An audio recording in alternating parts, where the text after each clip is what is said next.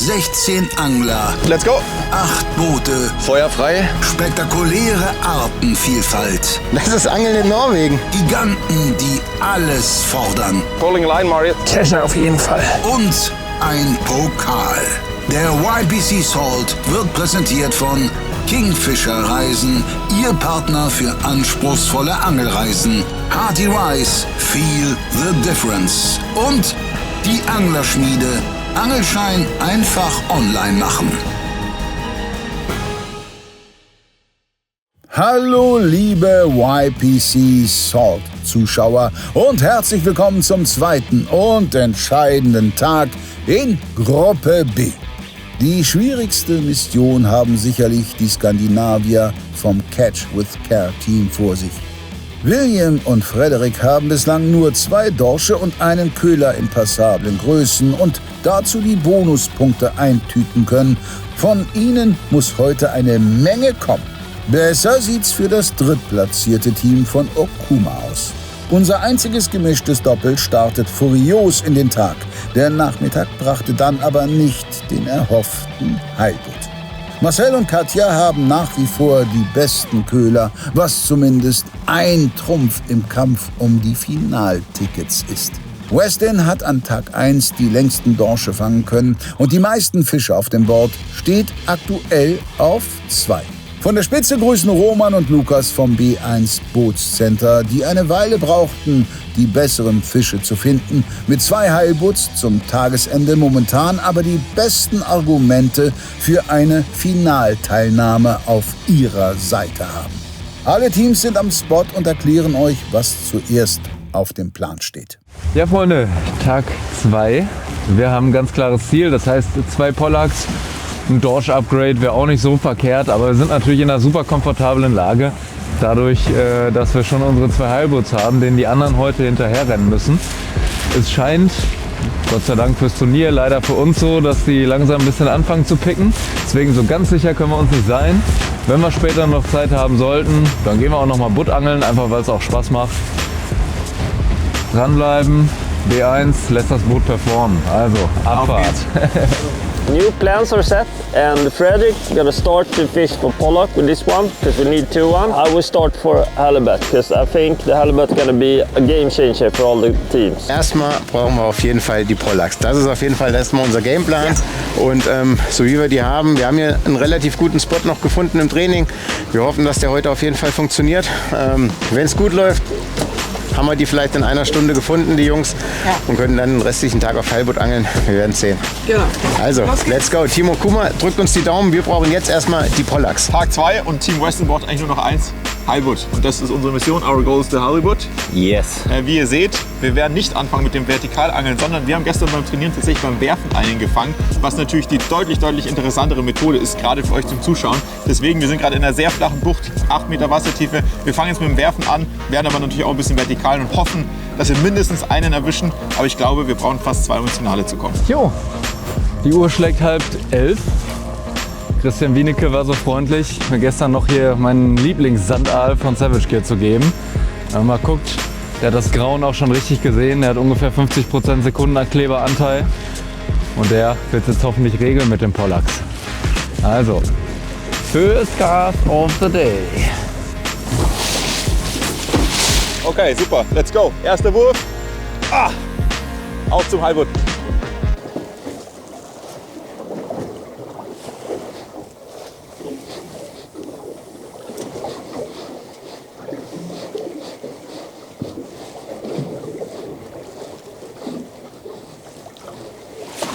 Ist doch nicht so einfach wie gehofft, aber wir geben nicht auf.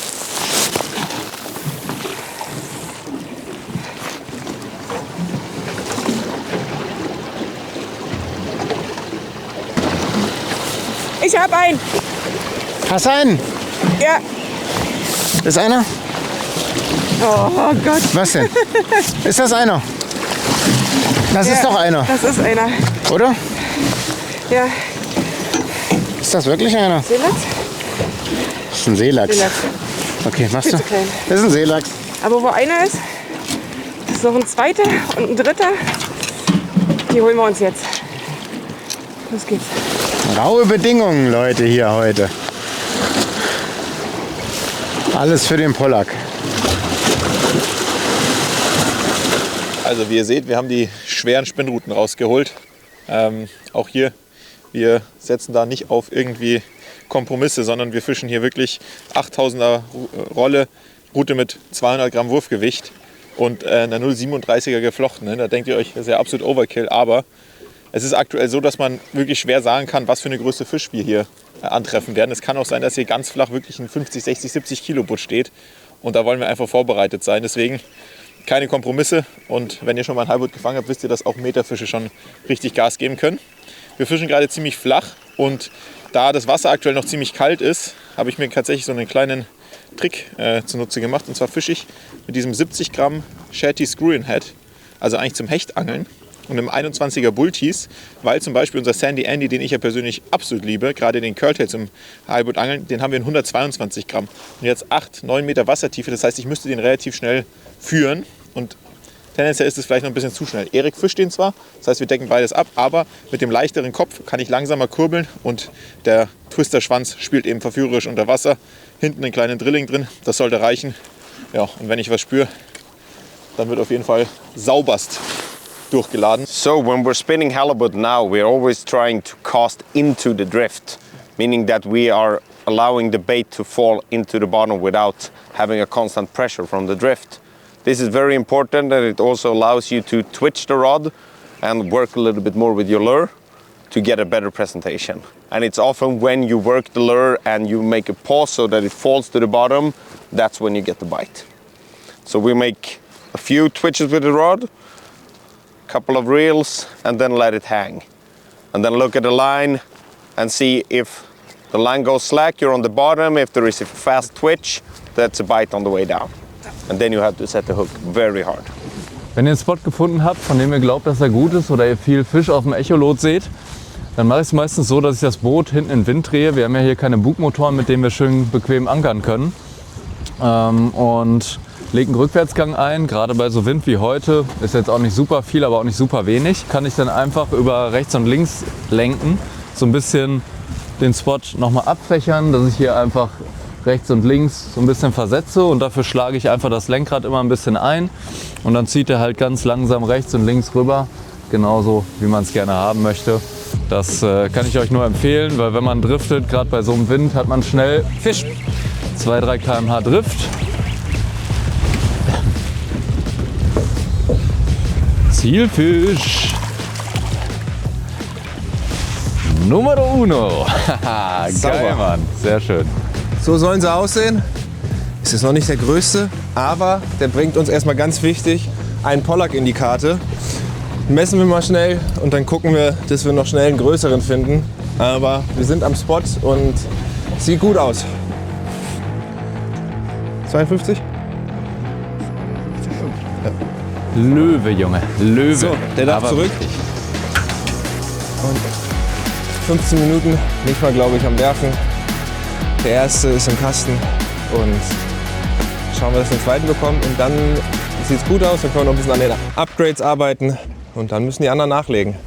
Also, auf geht's. Der erste Pollack kam jetzt auf einen 11 cm King Louis von Monkey Lures. Fische ich an der Rodfaserroute, 20 bis 60 Gramm.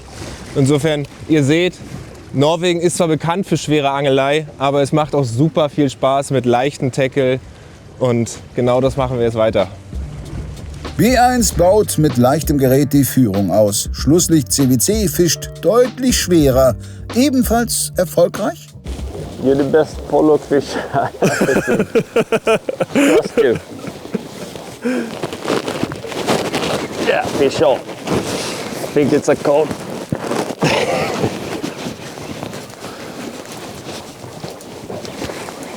Do you need any help? No. Is this a Pollack? Yeah, I think it's a cod. Pretty strong one. I think it's the red one.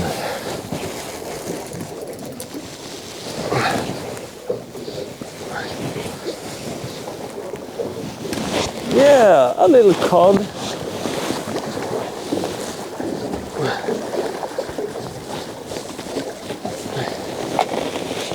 First fish of today. Nice one. Yeah, pretty strong. Have to release it quickly. My friend caught it on our new. This is only a prototype that Truman sent me.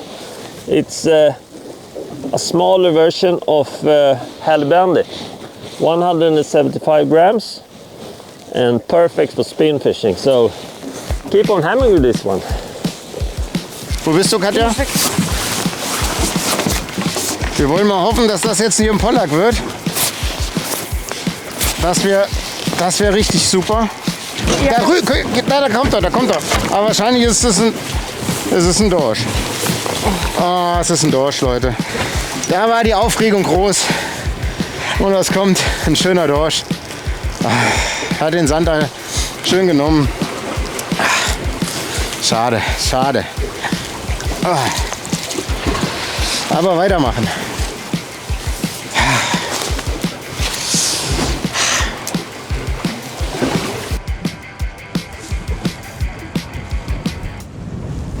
Jo.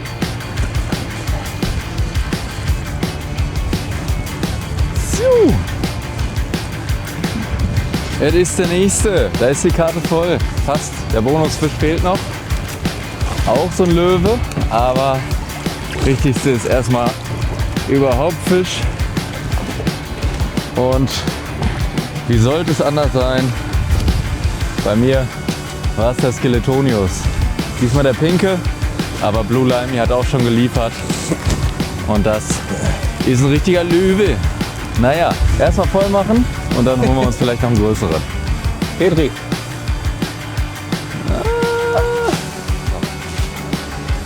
Ja, ich meine, lass mal 48, den tauschen wir noch aus. 48er Pollack. Das ist das Wichtigste, dass die Fischart stimmt. Und zurück damit. Oh, schöne B-Note im Abgang.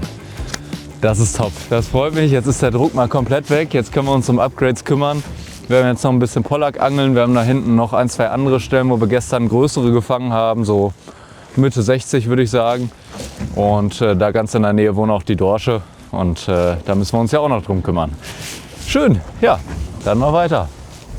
Okay, we will move up and make a new drift on this little shallow area. Yes.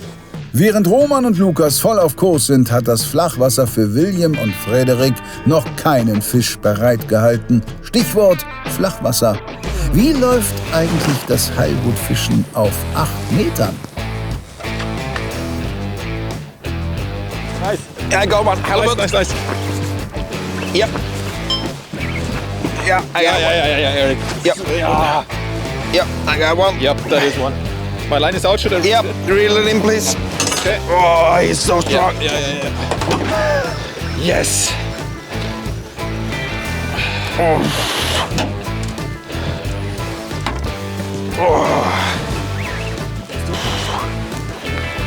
Will you go to the other side?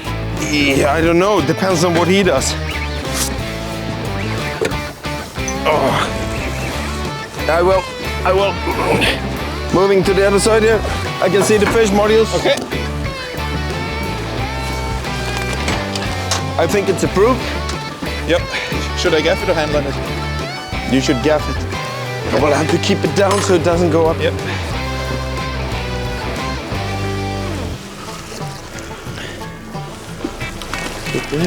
Yes! Yes, there we go. Let's see if it's... Schauen wir mal, ob es maßig ist, aber geil. Junge. Da kommen ja die Emotionen immer hoch, ey. Wait, let's remove. He took perfectly. Yeah, I could feel him. He was nibbling. Do you get the pliers? Yes. There we go. Vorne liegt auch an. 86. Hier vorne, genau. Yes! Perfect fish to start off. Oh yeah, and you know what?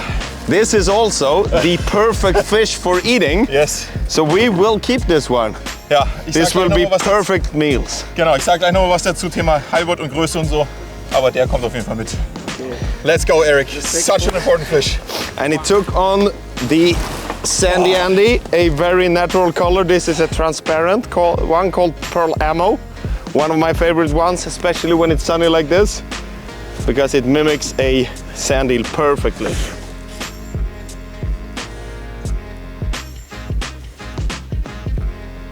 Oh Leute, das ist gut. Ich hatte gestern eigentlich gesagt zu Erik, hoffentlich in den ersten 2-3 Stunden einen Butt.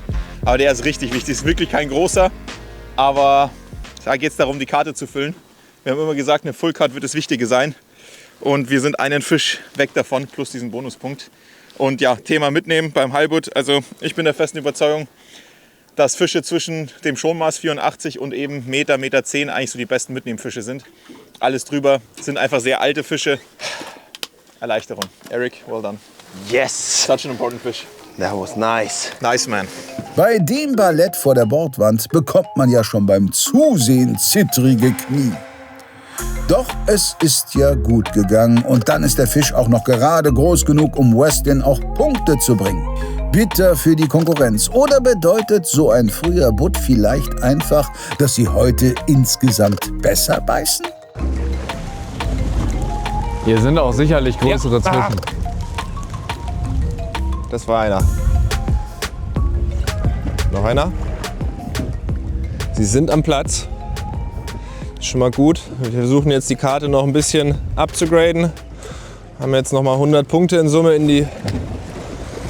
aufs Scoreboard gebracht. Haben eine komfortable Situation, aber nichtsdestotrotz werden die anderen ihre Fische fangen und die Möglichkeiten sind hier definitiv gegeben. Sollten wir zusehen, dass wir noch ein bisschen nachlegen, um dann auch morgen sicher im Finale zu stehen. Ja. Jawohl. Was war deiner? Wie groß? 52. Der sieht doch ein bisschen besser aus. Oh, gleiche Kategorie. Na, der ist ein bisschen besser. Der könnte 60 haben.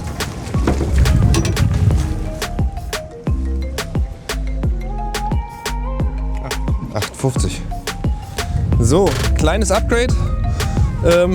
Bringt uns noch mal 10 Punkte mehr. Genau das wollen wir sehen. Und hier stehen noch 1, 2 größere. Und die holen wir uns jetzt. Also, der darf zurück ins Element. Weiter geht's. Kleines Pollack-Upgrade für Lukas. Hat Okuma im 3. Versuch endlich auch den Zielfisch am Haken? Aber ich glaube, das ist einer. Das ist ein Pollack, das ist ein Pollack. Guck mal, wie der abgeht. Oh, der geht ab. Ja, ja, das ist... Oder ist ein Seelachs. Nee. Oh, ich sehe es noch nicht. Nee, ich glaube... Ich kann da doch alleine nichts machen bei den Wellen. Ich sehe es noch nicht. Ah, das ist ein Seelachs. Nein.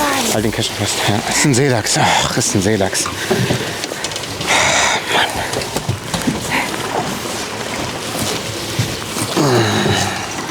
Der nächste gute Fisch, aber auch leider nicht die richtige Sorte. Tja, na gut.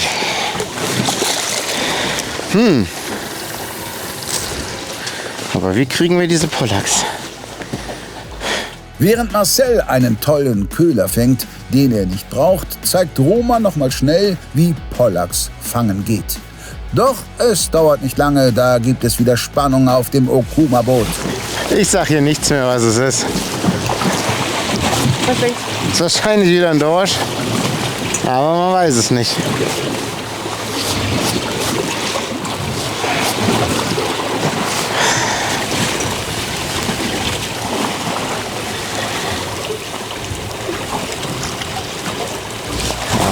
Das ist wieder ein Dorsch.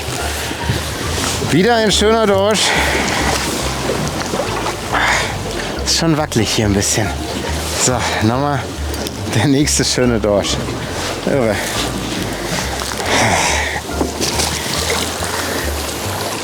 Leute, wenn ihr wisst, wie man so einen Pollack fängt, dann schreibt das doch mal gerne in die Kommentare oder ob ihr schon mal welche gefangen habt. Also wir versuchen das hier mit diesen kleinen Sandaalen von Storm. Relativ schwer jetzt bei diesen Wellen. Da ist ein 50 Gramm Kopf dran. Fische fangen wir, aber leider noch nicht die richtige Sorte. Wir machen weiter. Viel Frequenz bei Okuma, noch gar nichts bei CWC, die es weiterhin sehr flach und auf Halbut und Pollack versuchen. 10 meters, my friend. Nice and ready. Flying above the sun, flying above the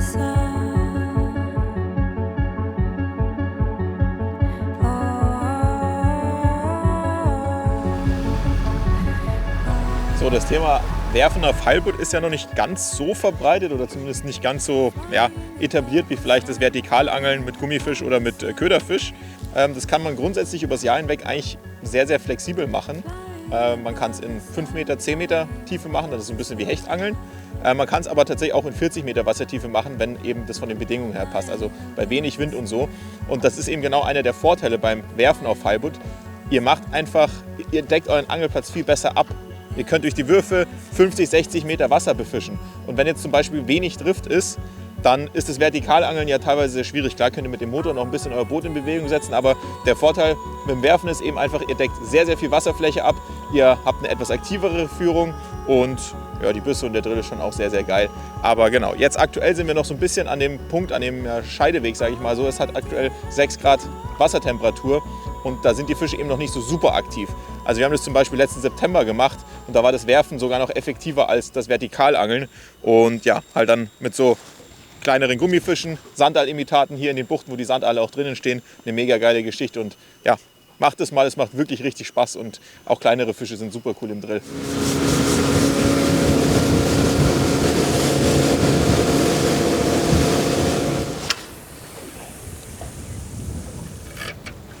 Oh, I had a follower. I have a place that followed. Marius, huh? I had a place that followed my sand eel. How big was it? Like 40. I will go down and see if I can get it. Could have also been a very, very small halibut. Fish. You got one? Yeah. Halibut? Yeah. Yeah, good, good, good, good. Okay. It's small, it's already there. It's too small. It's not sizable. No. It bit exactly under the boat. Bring it around here. Leute, kleiner Butt ist dran, aber der wird untermaßig sein. Hooked very. Ja. So Leute, der zweite kleine Butt, mit Betonung auf kleiner Butt, keine Ahnung, 60 oder so wird er haben. Ich schmeiße ihn gleich zurück. Er ist ja wirklich sehr süß. 60 oder so kann ich zurück. Und Arrivederci, der ist frisch und Biss war wirklich cool, weil ich habe unterm Boot so ein bisschen gedengelt, getwitcht oder gejiggt besser gesagt, so angejiggt. Und auf einmal geht die Schnur lose, bam, angehauen war er dran. Leider kein großer, aber zweiter Butt des Tages. Also wir sind im richtigen Eck und ich glaube, wir sind auch in einem ganz guten Eck, um die Karte erstmal zu füllen. Aber wie Erik vorhin auch schon gesagt hat, aktuell ist die Zeit, hier kann jetzt ein 60er kommen in dem Wurf und im nächsten halt ein 1,60 Meter. Das ist alles möglich. Ja, schauen wir mal, wie viele Butts heute noch werden. Hoffentlich fressen sie weiter und es kommt jetzt noch einer, der aufs Scoreboard kommt. As I just said, I think this is a good area to fill the card. Yeah. I have the feeling that we might get another. It would be so nice to get another, like, yeah, 85, 86, whatever. Just an approved fish. Yeah. That will be so important. Exakt.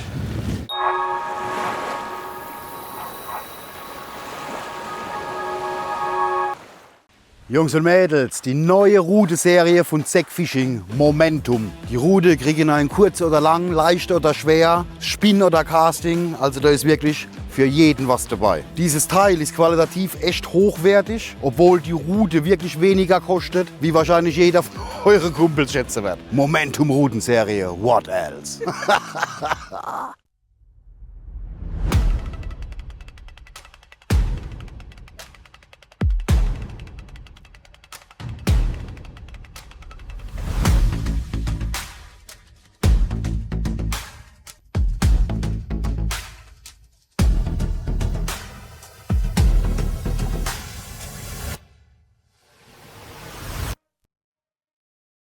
Liebe YPC-Zuschauer, gute Neuigkeiten aus dem Hause LMAB. Wir haben ein Update bei unseren Tacklebags und bei den Windowbags. Wir haben einen Customized Deckel hier bei den Backern, einen verstärkten Boden und wasserdichte Reißverschlüsse. Schöne, kleine, neue Details bei diesen Backers. Und da fragt ihr euch sicher, was müssen wir jetzt mehr bezahlen? Es ist günstiger geworden. Der große kostet 10 Euro weniger UVP, der kleinere hier, die L-Variante, sogar 20 Euro weniger. Und auch bei den Windowbags konnten wir am Preis ein bisschen was machen. 1 Euro nur Unterschied bei der Größe S, 7 Euro Unterschied bei der L. Da sind auf jeden Fall geile Zubehörartikel für euch jetzt wieder in Hülle und Fülle verfügbar. Viel Spaß bei eurem Fachhändler oder bei Hecht & Barsch online.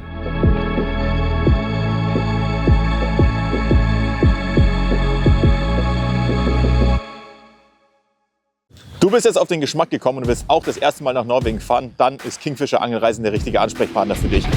Ja, richtig, richtig nice. Boah. In einer großen Auswahl an Anlagen haben sie wahrscheinlich das richtige Ziel für dich und natürlich noch dazu super sympathische Ansprechpartner, die dir dabei helfen. Und das Beste, sie buchen alles für dich. Anreise, Unterkunft, Boot. Du musst also nur noch hinfahren und deine Angel auswerfen und hoffentlich deinen Traumfisch fangen. Also, wenn du zum ersten Mal nach Norwegen willst, schau jetzt bei Kingfisher Angelreise vorbei und buche deine erste Reise.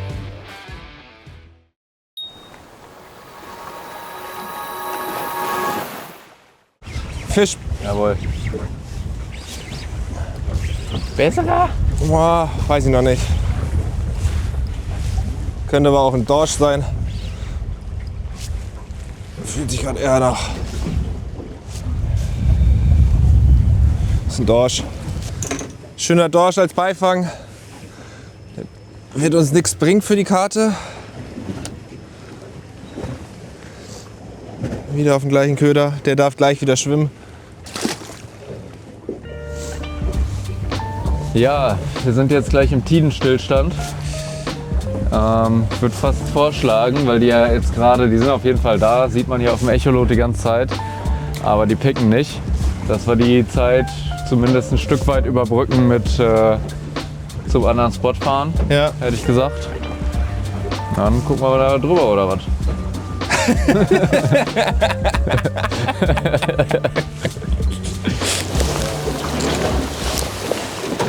Okay, Fisch. Fisch? Ich weiß es nicht. Zappelt auf jeden Fall ganz gut, aber ich tippe. Eigentlich, wenn die so zappeln, ist ja ein Seelachs, ne? Ja, die nehmen sich beide nicht viel ein. Ja. Seelachs. Seelachs. Okay.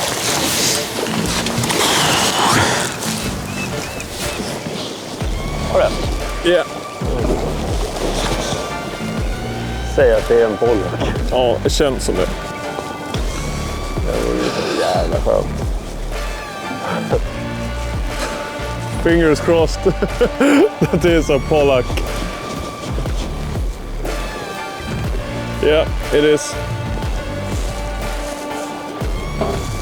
Nice. Red. Finally!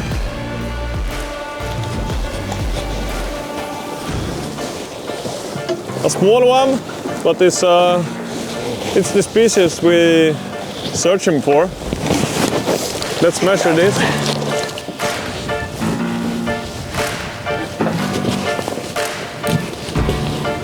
It's 59. So, finally, a nice pollack. Can you release it?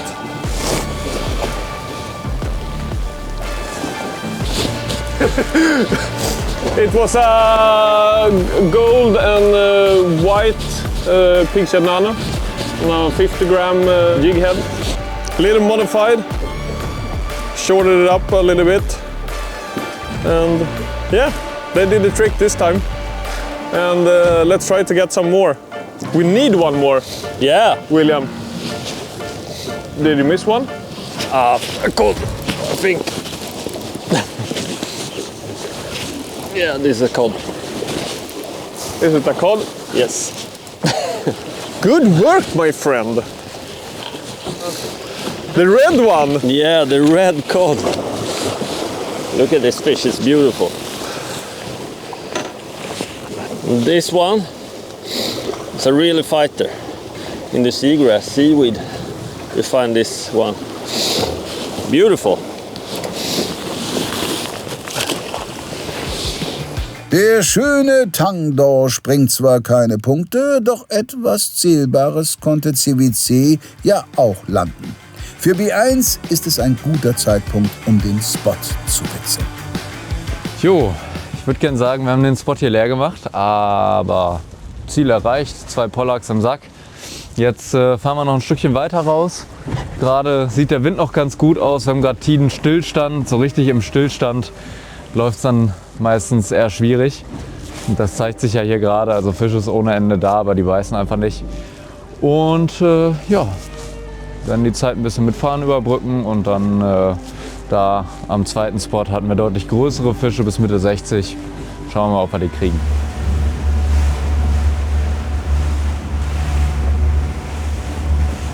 Ja, wir suchen jetzt gerade hier so ein bisschen die Kante ab. Wir wollen natürlich, gerade wenn wir jetzt so tief fischen wie jetzt, um die 80 Meter nicht irgendwo runterlassen, wo kein Fisch ist, weil es gibt nichts Schlimmeres, als ohne Fisch hochzukurbeln bei der Tiefe. Und da müsst ihr natürlich immer ein bisschen bedenken, dass ja auf dem Bildschirm hier die Skalierung bei 80 Meter Tiefe viel größer, kleiner ist. Sprich, die Fische sehen auf dem Bildschirm viel, viel kleiner aus. Das können Riesenkeulen sein, aber auf 100 Meter Tiefe ist das halt trotzdem manchmal nur noch ein bisschen gekrüsselt. Und das halt bedenken, wenn ihr hier Fische sucht und seht nur kleine Anzeigen, die sind relativ groß. Das gleiche gilt natürlich auch im Flachwasser. Wenn man da einen riesen Balken auf dem Echolot hat auf 5 Meter Wassertiefe, dann kann das genauso gut halt so ein 60er Dorsch sein und die Dinger gibt es hier wie Sand am Meer. Da muss man schon fast ein bisschen drumherum angeln. Jo, so viel dazu. Das sieht schon gar nicht so verkehrt aus. Aber wir gucken noch mal ein bisschen weiter, weil wir jetzt hier gegen den Wind suchen und dann ja runter treiben. Deswegen fahren wir mal noch ein paar Meter. Also, während Roman hier gerade die Fische in der Tiefe sucht, zeige ich euch ganz kurz das Tackle, was wir verwenden. Dankenswerterweise haben wir echt einen guten Zusammenhalt im ganzen Camp. Und da ich persönlich nicht so ausgestattet war, bevor ich hier angekommen bin, haben uns die Kollegen von Diver noch richtig coole Jigs gegeben. Vielen Dank dazu. Und der liebe Josef vom Team Hearty Rise hat mir noch eine schöne Route in die Hand gedrückt, extra fürs Norwegen-Angeln. Die Skywalker Norway Jigging Spin. Richtig leichter Stock, schön parabolische Aktion. Und an der lassen wir jetzt gleich den Köder in die Tiefe. Und dann wollen wir schauen, dass wir vielleicht 1, 2 Dorsche bekommen. Und dann hoffentlich auch die größeren, die uns noch fehlen oder die unser Scoreboard ein bisschen nach oben bringen könnten. Ja, lasst euch nicht abschrecken von hässlichen Köder beim Norwegen-Angeln. Ich habe hier so ein bisschen gezaubert, hier noch so einen Tintenfisch dran gemacht, einen phosphoreszierenden. Der Ultimate Squid von Chase Baits. Und auf den habe ich im Training 1,21 Meter Dorsch gefangen. Der wird uns jetzt natürlich sehr gut stehen. Normalerweise haben wir diese Slow Jigs ja so 2 Assist Hooks. Ich habe hier noch einen zusätzlichen in den Tintenfisch gemacht. Und jetzt gucken wir mal, ob wir da einen dicke Back rausgeleiert kriegen. Mal schauen. Ja. Sieht gut aus. Oh. Ja, ne. Die war doch schöne Aktion, die Route, ey. Ja. Aber so groß ist er nicht. Fühlt sich nicht so schwer an. Hauptsache kein Lumpinator. Da kommt er. Jo. Könnte ein Upgrade sein. Ne.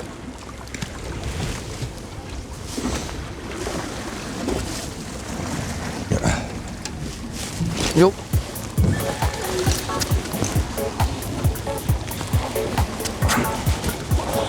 Uiuiuiuiui. Das ist der, nach dem wir suchen, glaube ich.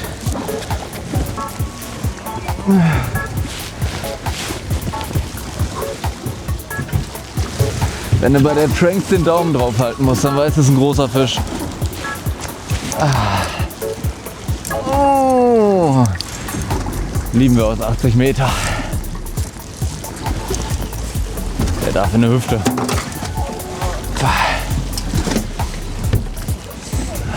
Ich messe den mal kurz, aber ich glaube nicht, dass er... Nee, ich glaube auch nicht. Auf gar keinen Fall sogar.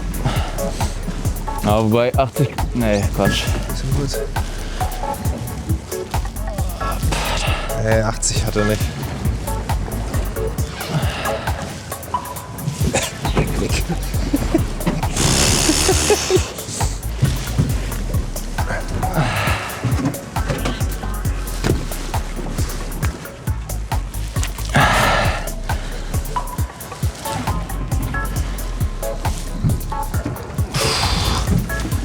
Ja, grüne Schnur ist gut.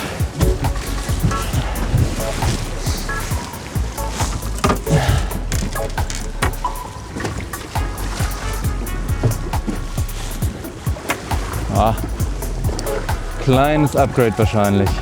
Bisschen eingewickelt. So. Die Assist Hooks sind auch immer schön easy abzumachen.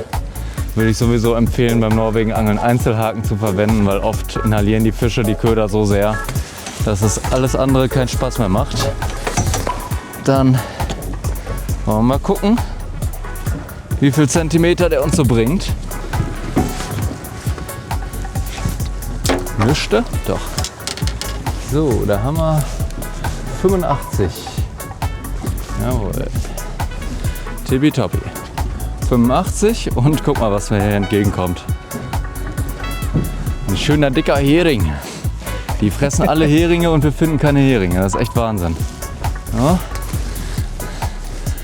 Der sieht gut aus. Der darf wieder auf Tiefe. Wunderschön.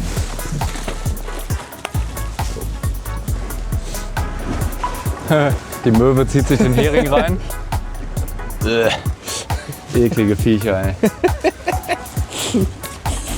Das gezielte Dorschangeln bringt dem Tabellenführer sofort ein relevantes Upgrade und der Möwe ein offensichtlich noch akzeptables Mittagessen. Wie läuft die Aufholjagd von Catch with Care?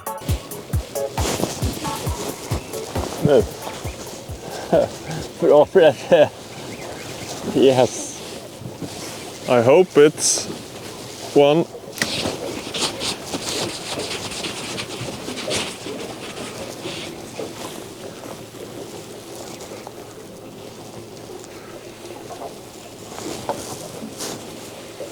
I didn't see anything in the sound stream.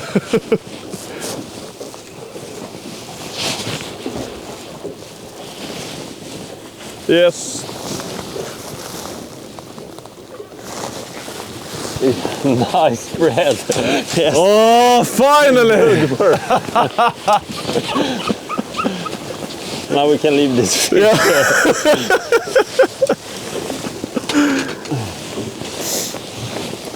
Small one did the trick, even if it took some time, but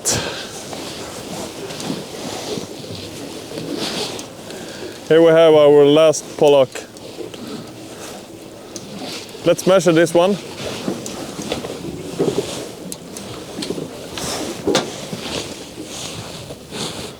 $63. Hur lång? 63. Ja, men det är bra. Finally. Yeah. Release it.